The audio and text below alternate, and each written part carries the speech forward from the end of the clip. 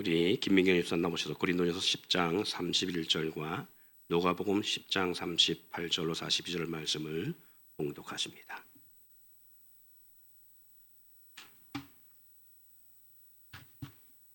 그런즉 너희가 먹든지 마시든지 무엇을 하든지 다 하나님의 영광을 위하여 하라. 고린도전서 10장 31절 말씀입니다.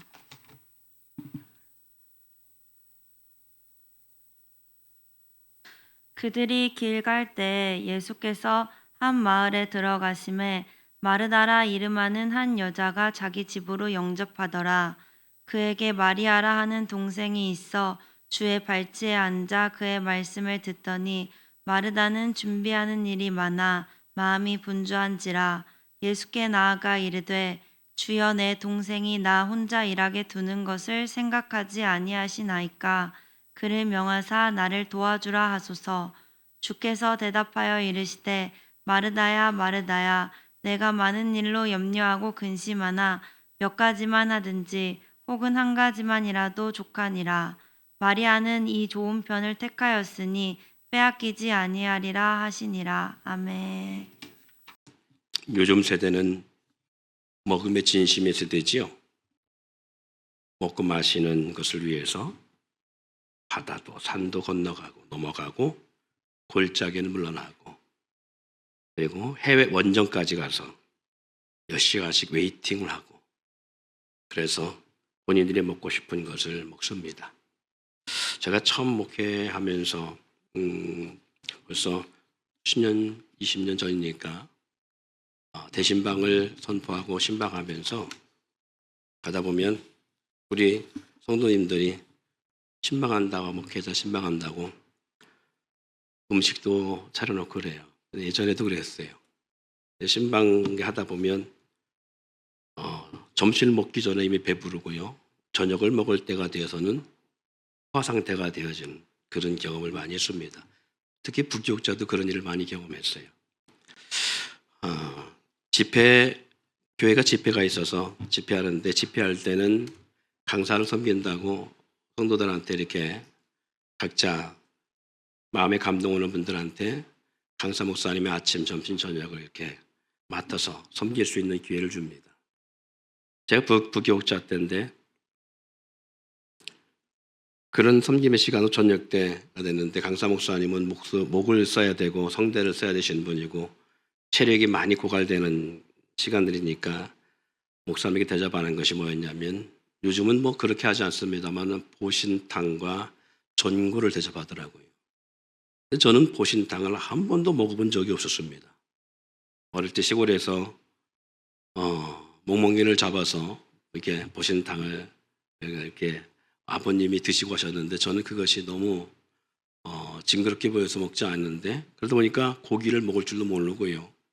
고기 지금이야 뭐 없어서 못 먹지 무슨 고기든 하늘을 나는 비행기 그리고 네 발 달린 의자 책상 빼놓고는 주면 다 먹습니다. 근데 그 당시 땐 보신탕을 제가 못 먹었기 때문에 전구를 주는데 안 먹고 이렇게 한쪽에서 투자만 들고 반찬만 먹고 있으니까 담임 목사님이 저를 부르더라고요. 그러더니 귓속말로 그래요. 내일 사표네. 깜짝 놀랐어요. 왜요? 그랬더니 이거 안 먹으면 내일 살 빼낼 줄 알아. 사표 안 쓰려고 먹었습니다. 사표 안 쓰려고. 우리 때는 그랬어요. 우리 때는 담임 목사님이 하나님 같은 위치였어요. 목사님이 말씀만 하시면 그 말씀이 어떻게 하든지 들을 수밖에 없습니다. 그래서 한동안에 이런 유머가 많이 돌았지요. 코끼리를 냉장고에 집어넣는 3단계, 문을 연다, 코끼리를 집어넣는다, 문을 닫는다. 자, 일단 한 번에 넣는 방법이 있습니다. 어떻게 넣죠? 그렇죠. 전도 다 시킨다. 전도 다 시키면 될 정도. 예, 제가 이 말씀을 드리는 이유는요. 요즘 많은 사람들이 그 먹는 것에 집중되어 있고 무엇을 먹을까 마실까 하는 세대지요. 그래서 먹는 거에 진심인 세대입니다. 목회도 사실은 먹는 것에 집중할 수 있어요. 그래서 먹회를 잘해야 목회도 잘한다라는 그런 말이 한동안 유행했었습니다. 예수님의 행적을 보면요, 음식에 대한 내용이 많이 나옵니다. 예를 들어서 물고기 2마리와 보리떡 5개, 이것도 먹음에 대한 사건이죠, 그렇죠? 5병이요, 또 7병이요. 또 그런가 하면 이른 아침에 시장하셔서 무화과나무를 봤더니 무화과나무가 열매가 없어서 그 나무를 저주했더니 뿌리 참 말랐더라 라고 하는 무화과나무의 저주 사건도 먹음에 대한 얘기고요. 수가성 여인과의 대화 가운데서도 먹음에 대한 얘기가 나오고요. 야곱의 우물가의 사건뿐만 아니라 세리와 함께한 식탁, 그리고 마지막 만찬까지도 전부 다 먹는 것에 대한 이야기가 나옵니다. 예수님에게 있어서 양식은 어떤 것일까라고 할 때에 예수님은 자신을 위함이 아닌 어떤 그를 따르는 많은 무리들을 위한 그러한 양식의 어떤 그런 모습이겠지요. 그래서 예수님 먹는 것에 대해 어떤 사건과 내용이 많이 나오지만 예수님은 먹기 위해서가 아니라 영혼들을 세우기 위해서 참여하셨던 모습들이 참 많습니다. 당신의 권능 안에서 능히 행하신 사역의 권능의 일부였던 것이 또 먹음에 대한 부분이고요. 영적 의미를 부여하기 위해서 먹는 것에 대한 사건이 많이 나옵니다. 그럼 구약에서 하나님은 어땠어요? 하나님도 마찬가지시죠. 엘리야에게 까마귀를 통해서 먹은 것을 공개했던 역사, 나눴던 역사, 사르밧 과부의 역사부터 시작해서 수넴 여인의 역사, 선지생도의 빈 문제 때문에 해결했던 그러한 모든 역사도 그런 어떤 먹음에 사마리아 성에 포위되어서 굶어 죽어가는 그런 역사 가운데 엘리야가 예언했는데 그 예언이 성취되는 역사, 광야에서 만나온 메추라기 사건들, 그리고 반석에 물을 대는 사건들 다 먹는 얘기예요. 먹음과 함께하는 역사였습니다. 예. 그런데 이 하나님의 역사 또한 마찬가지죠. 왜 이런 먹음에 대한 역사가 아니냐? 선미를 위한 역사, 주님의 백성을 위한 역사였지요. 이러한 일련 역사를 통해서 보면요, 주의 이름이 드러나고 사람으로 하나님을 경외하게 하며 오직 하나님만을 믿고 따르게 함으로써 구원과 승리한 하나님의 역사를 이루기 위해서 하나의 과정 속에 나타난 사건들입니다. 예수님은요, 요한복음에서 이렇게 밝힙니다. 하나님이 말씀을 현현하시고 창조주요 근본이신 하나님이 예수님이라는 존재로 이 땅에 오신 모습을 나타내지요. 자, 그래서 요한복음에 보면요, 말씀이 육신이 되어 오신 분이 누구다? 예수라고 나와요. 그러니까 예수님은 하나님이시고 보이지 않는 하나님이 보일 수 있게 나타나신 분이시고 창조주 하나님이시니까 먹는 것에 대해서 주님이 집중할 이유는 없어요. 그렇죠? 지금 마리아와 마르다가요, 자기 가정에 예수님을 모십니다.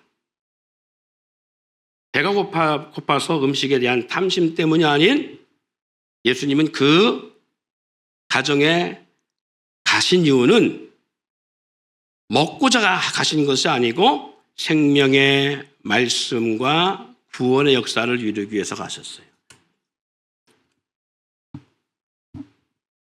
예수님이 식사 자리에 함께 앉거나 식사 자리에 초대에 응한 것은요, 먹기 위해서가 아니라 그들과 소통하기 위함이었습니다. 영혼들에게 하나님의 말씀을 전하고 가르치기 위해서 주님은 그 식탁의 자리에 참여하셨고 먹는 자리에 함께 하셨습니다.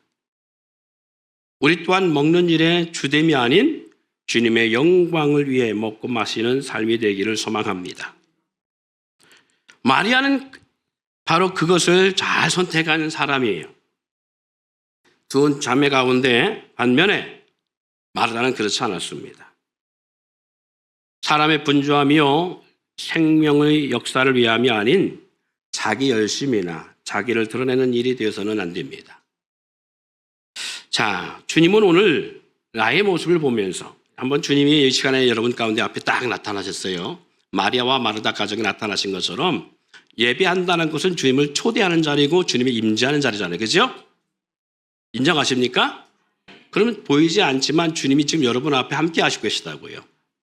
그러면 마리아와 마르다가 예수님을 초대한 것처럼 여러분도 예수님을 초대하고 있고 주님과 함께하고 있다면 주님은 오늘 나의 모습을 보면서 마리아와 마르다로 평가하신다면 나는 마리아 쪽에 속한 사람인지 마르다에 속한 사람인지 어느 쪽에 속했을까요?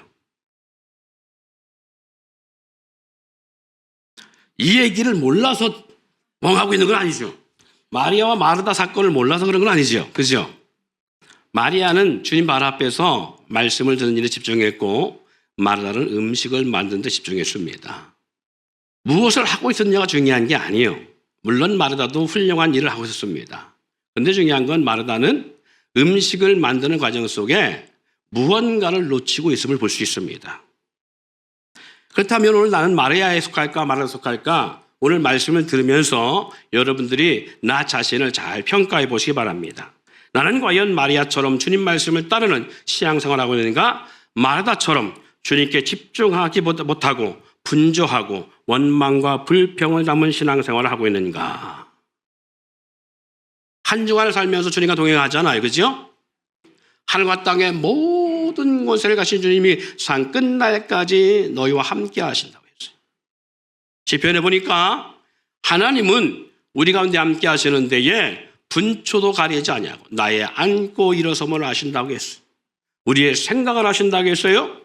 우리가 저 멀리 떨어질지라도 우리와 떨어져 계시지 아니하고 지옥 끝까지 갈지라도 우리 주님께서는 그곳에 함께하고 있다고 했어요. 할렐루야. 우리 주님은요, 나도 모르는 하룻밤 사이에 내 머리카락이 몇 개 빠지고 몇 개 나는지도 모르는데 우리 주님은 머리카락까지 세신 받으셨느니라. 주님이 말씀이에요. 너희 가운데 거하시는 이는 하나님이시라고 분명히 우리 가운데 선포하고 있습니다.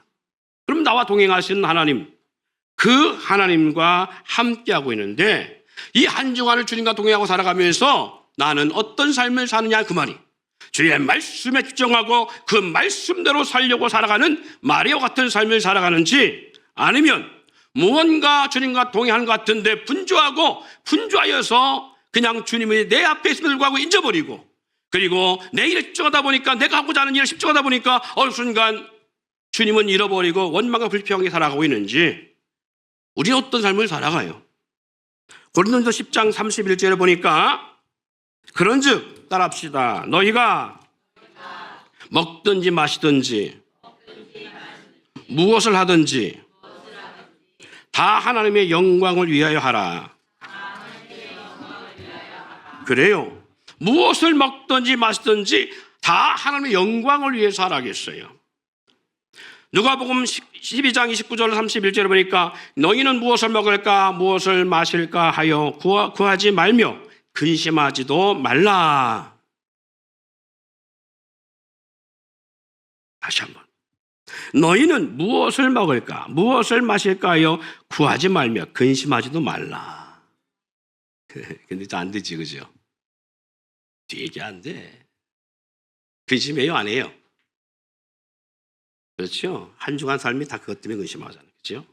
이 모든 것은 세상 백성들이 구하는 것이라. 너희 아버지께서는 이런 것들이 너에게 있어야 할 것을 아시느니라. 다만 너희는 그의 나라를 구하라. 그리하면 이런 것들은 너희에게서 더하시리라. 할렐루야. 무엇을 먹을까 마실까 집중하지 말고 뭐 하라는 거예요? 하나님의 나라와 의를 구하라는 거예요. 그러면 주님은 우리가 먹고 마시고 입는 것을 구하는 그 열정, 그 열심, 그 수고, 그리고 그 에너지가 그래서 우리가 먹고 마시고 입는 것을 채우는 것보다 주님이 채우는 게 더 빠르다 그 말이에요. 주님이 채우는. 어릴 때 아버지에 대한 기억은 별로 없습니다. 아버지는 늘 뭐 다투시는 분이고 싸우시는 분이고 그리고 어머님이 돈을 이렇게 좀 벌다가 가정을 위해 쓰려고 이렇게 얻다가 잘 꿈을 줬잖아요. 근데 우리 아버지는 기가 막히게 그걸 찾아내셔서 가지고 그걸 가지고 와서 노름을 하시고 다 읽고 오시는 분이셨어요.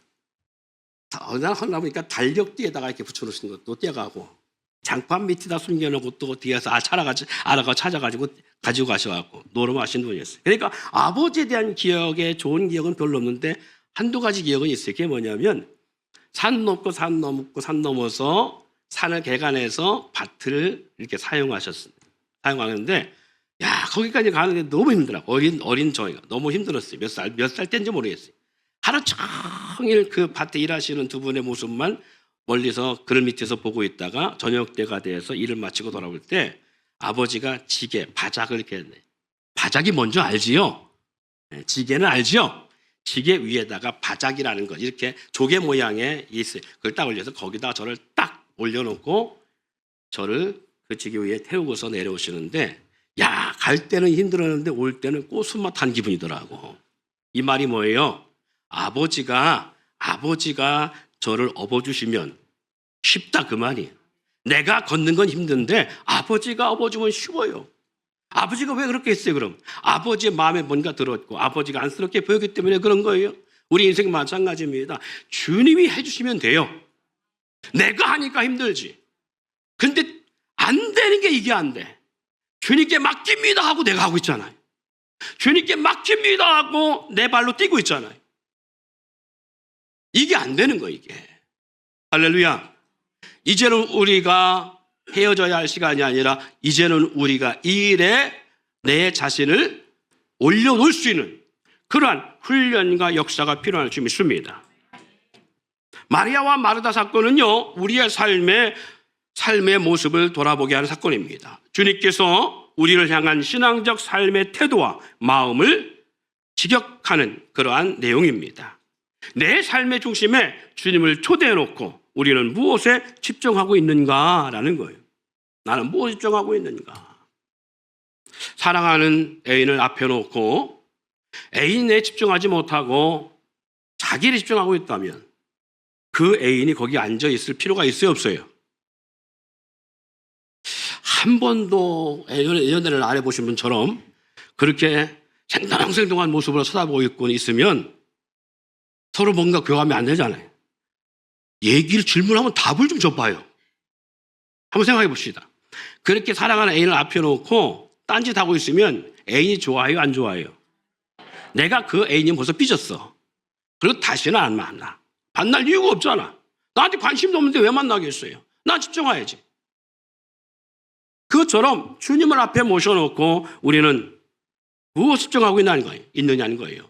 우리의 일상생활에 우리는 무엇에 집중하고 있는가? 우리는 하루 일과 중에서 나의 생각과 뜻을 어디에 두고 있는가?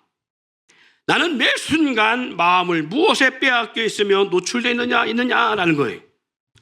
이른 아침에 일어나서 가장 먼저 하는 일이 무엇이냐는 거예요. 이른 아침 일어나면서 뭐 해요? 이 목사님, 그거 질문이라 합니까? 당연히 출근하려고 머적대고 있지요. 그죠? 예. 근데 가장 먼저 무엇에 집중하는 거예요? 예? 잠들기 전 나의 삶의 기준을 어디에 두고 돌아보는가예요. 오늘 하루의 삶 가운데 나는 무엇에 기준에 두고 내 삶을 돌아보느냐는 거예요. 목사님, 돌아볼 수가 어디 있어? 핸드폰 보다가 이거 보고 있다가 깜짝이야. 근데 이렇게 자잖아, 그죠? 예.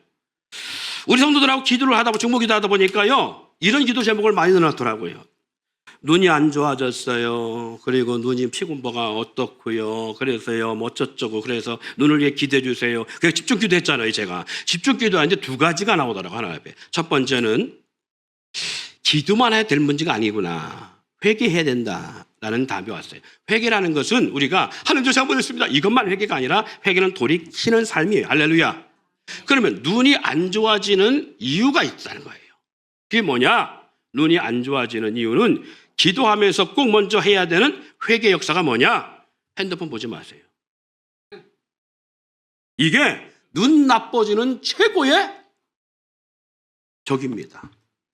밤에 잠잘 때 저도 봅니다. 저도 보는데 이걸 보다가 어느 순간 30분, 40분, 50분, 1시간도 되더라고요.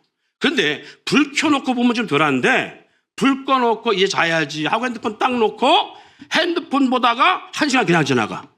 근데 여기서 나오는 이 광선이요, 눈에 치명적인 문제를 만들어냅니다. 그래서 젊은 사람들도 눈에 노화가 왔어요, 벌써. 백내장, 젊은 애들은 백내장 같은 게 없어야 되는데 젊은 애들도 백내장을 앓고요, 젊은 애들도 눈 노화가 와가지고요, 시력이 엄청나게 나빠져요. 그 중에 하나가 최고의 주범이 이 핸드폰입니다. 그러니 하루를 마감하고 잠들기 전에 내가 무엇을 기준 삼아서 하루를 돌아보느냐 했을 때에 하나님 앞에 나의 삶을 돌아봐야 되는 데에, 그리고 주님 앞에 내 삶이 어디가 끊겼는지, 어디서 그 사랑을 잃어버렸는지를 하루를 기록하면서 주님과의 관계를 회복하려고 하는 데에 주님과의 관계가 필요 없어요. 우리의 삶의 주가 뭐가 됐어요? 폰이 돼버렸어요. 폰이. 잠들기 전에 꼭 해야 되는 것은 기도입니다. 예. 그렇기 때문에 저와 여러분들이 꼭 잊지 않기를 바랍니다. 그래서 제가 말씀드리는 것은 눈 노화가 오는 분들은요, 핸드폰 보지 마시고요, 성경을 보세요. 제가 성경을 집중하려고 하는데 문제는 성경에 집중이 안 돼요. 왜 그러냐면 이놈의 핸드폰 보고 뭐 보고 다른 거 보고 컴퓨터만 하고 있다가 눈이 진짜 나빠졌어요. 저도 눈이 안 좋아요. 그래서 몇 절만 읽다 보면 이 성경의 말씀의 요절이 줄이 세 줄도 되고 두 줄도 되고 겹쳐지고 나오고 막 정신없어요. 성경이 안 보여지더라고 막. 그런데 성경 하나님 말씀이잖아요. 그죠? 성경 하나님 말씀입니다. 그러면 이 말씀 속에 누가 계셔요? 하나님이 계셔요.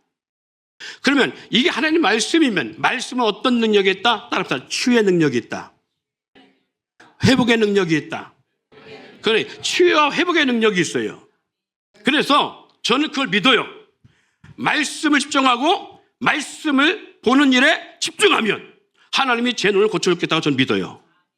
말씀에 집중하면 지혜의 하나님, 명철과 총명과 재능의 하나님이 제 머리를 바꿔놓을 걸 믿어요. 그래서 올해 성경 읽기 시작해서 목표를 세우고 다른 거 못해도 말씀을 읽는 일에 내가 밥은 못 먹어도 말씀을 읽겠다라고 도전했는데 감사하게도 2번 읽었어요. 두독을 했어요. 네. 근데 놀라운 것은 처음에는 3장 읽기도 힘들었어요. 이상하게 성경이면 졸려. 성경 딱 펴고 한 장만 읽으면 벌써 졸음이 오기 시작해. 그 희한하게요. 그냥 묵상하고 읽으면 3장도 읽는데 소리를 내서 읽으면 한 장을 못 읽겠어요. 이건 영적 역사다. 선포되는 말씀이 그 가운데 그 가정에 내가 읽는 그 자리에서 역사해야 되는데 그것을 누가 가장 싫어하냐? 사단이 가장 싫어해요.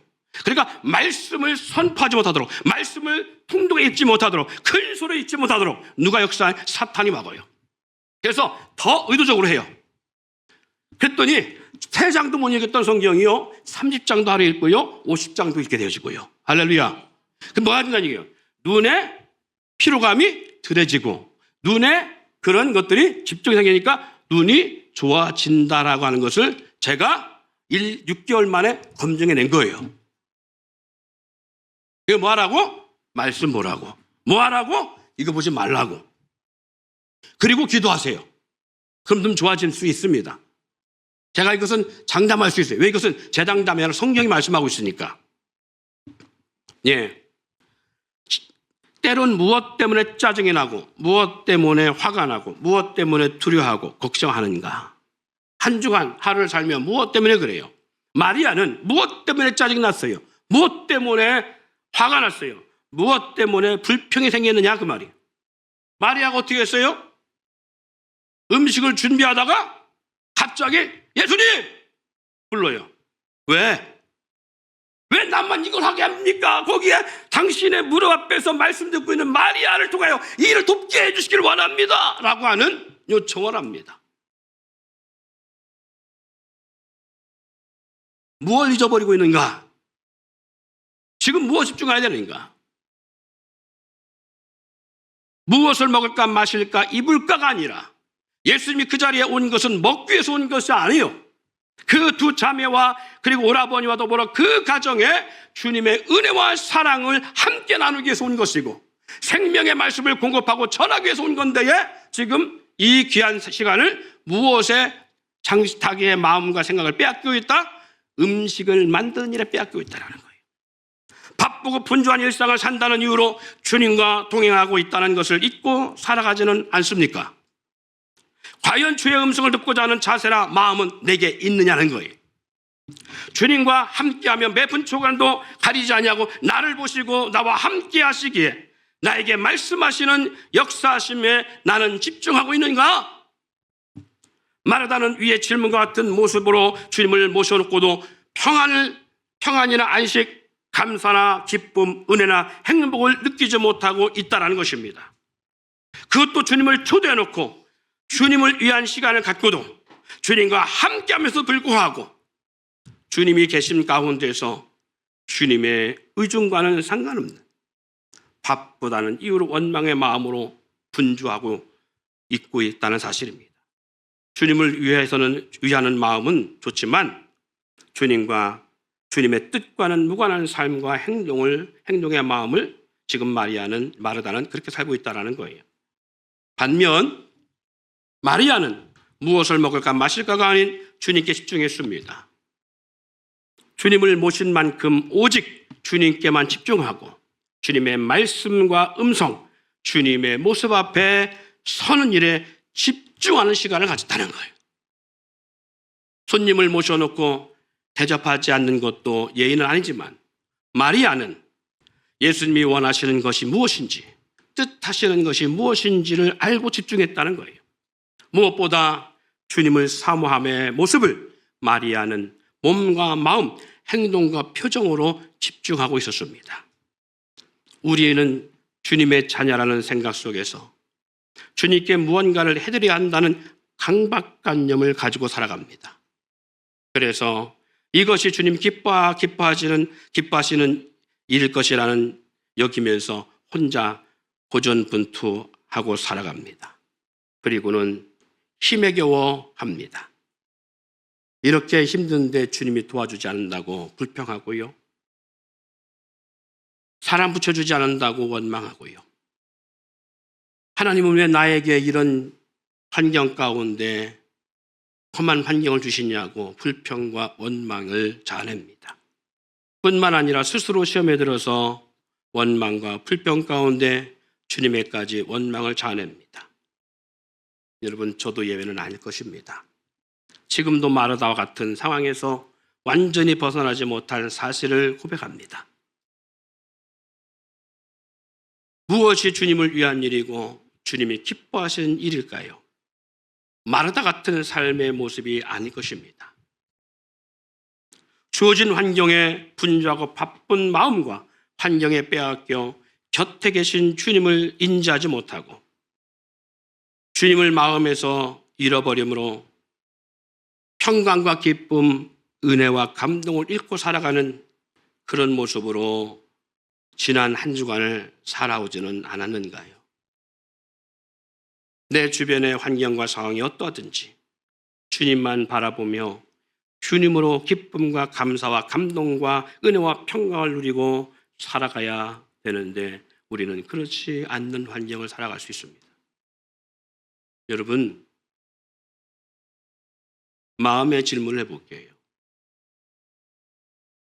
이건 저에 대한 부분이기도 합니다.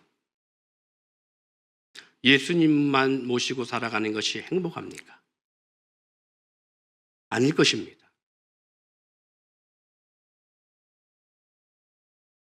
뭐가 더 행복해요? 내 안에, 내 손에 뭐가 잡힐 때가 더 행복해요?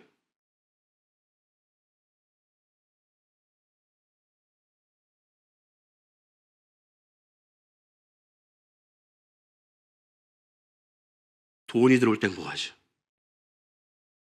그래서 금융치유라는 말이 있습니다. 돈 주면 화냈던 사람도 웃습니다. 하루 종일 먹지도 못하고 있어서 힘도 없어갖고 하고 있던 사람도 그 손에 돈을 딱 쥐어주면 어느 순간 힘이 납니다. 그리고 표정이 바뀝니다. 우와!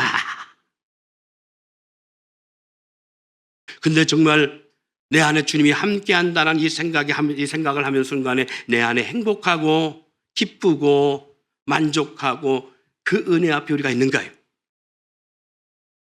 없지요. 그래서 정말 우리가 회개해야 되는 건 이것입니다. 우리 자녀들이 주님 앞에 온전히 돌아올 수 있는 방법이 이거예요.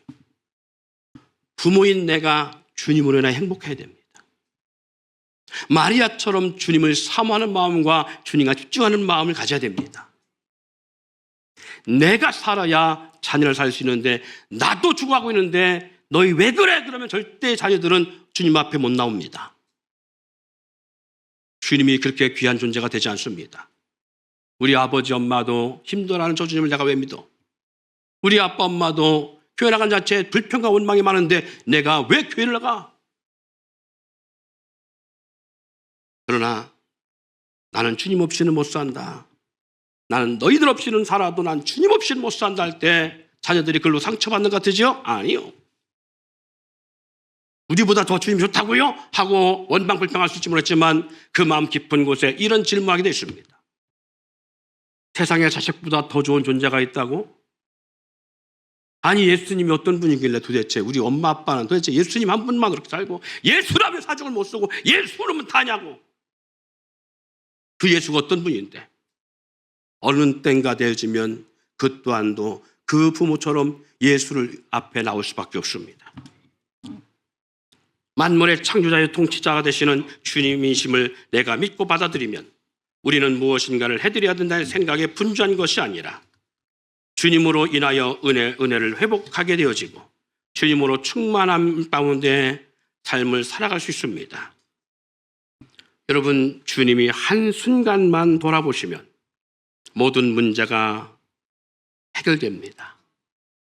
주님의 얼굴 드시는 순간 나무 위에 있던 삭개오의 문제가 해결된 것처럼 주님이 말씀 한마디에 군대 귀신이 들렸던 사람 가운데 군대 귀신이 떠나갔던 것처럼 주님이 돌아보는 순간 봉사의 눈이 떠지고 나병 환자의 나병의 문제가 해결됐던 것처럼 주님 한마디의 선포에 바람과 바다가 잠잠해지고 폭풍이 멈춘 것처럼 나사로를 향하여 나오라는 말 한마디에 죽었던 나사로 나흘됐던 죽은 시체가 다시 살아나 주님 앞에 설 수 있던 것처럼 주님이 축사 한마디에 오병 역사가 일어났다는 사실을 우리는 인지하고 있는지요? 우리가 주님을 위해 해드릴 수 있는 것이 귀한 것이 아닌 주님에게 집중할 수 있는 것이 주님을 기쁘시게 하는 일이고 성령님을 근심하게 하지 않는 일이라는 사실을 잊지 않기를 바랍니다.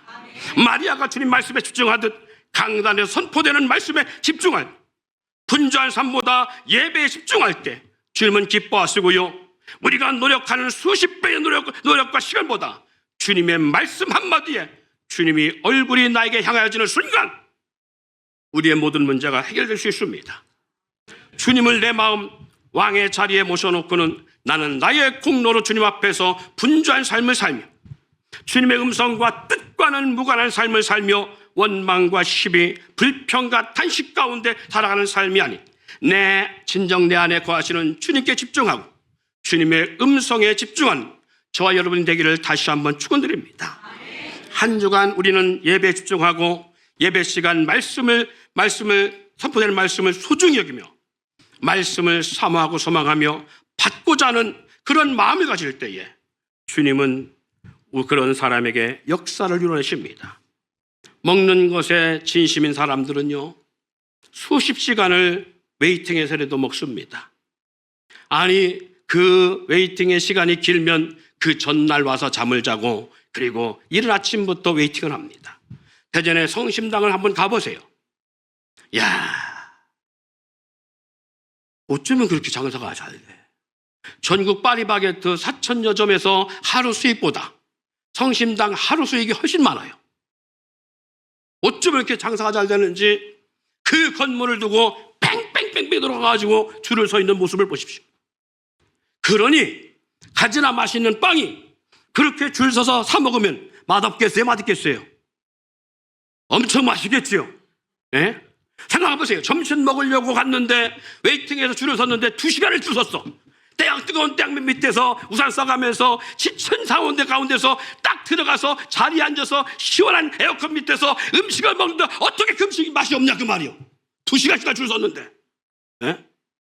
근데 기가 막힌 것은요, 군산에도 그런 빵집이 있어요. 그런 짬뽕집이 있어요. 2시간을 줄 서야 기본 40분 줄 서는 건 기본이요. 그 줄 서서 먹습니다. 저는 줄 서는 게 싫어서 안 먹어요. 근데 군산 사람들은 그 집에 안 간대. 왜? 맛없어서. 그런데 그렇게 웨이팅에 줄 서서 먹는 사람도 하나같이 다 인터넷에 뭐라고 올리느냐? 맛있는 집, 짬뽕 기가 막힌 집. 왜 기가 막힐까요? 그렇죠. 남자들은 압니다. 최고 맛있는 라면을 먹는 곳은 어디라고요? 라면을 최고 맛있게 먹을 수 있는 방법. 끓이는 게 문제가 아닙니다. 군대에서 먹으면 맛있습니다. 최고 맛있게 먹으려면 군대 가면 그 라면이 다시 돌아옵니다. 엄청 맛있게 되어집니다. 왜? 먹을 수 없는 가운데 라면 구가 쉽지 않고 내가 먹고 싶은 대로 먹을 수 있는 것이 아닌데, 그런데 PX에서 라면 사다가 그 밤에 고추 사가 먹어보자고 안 마실 수가 없어요. 불어도 맛있고 짜도 맛있어요. 사랑하는 성도 여러분,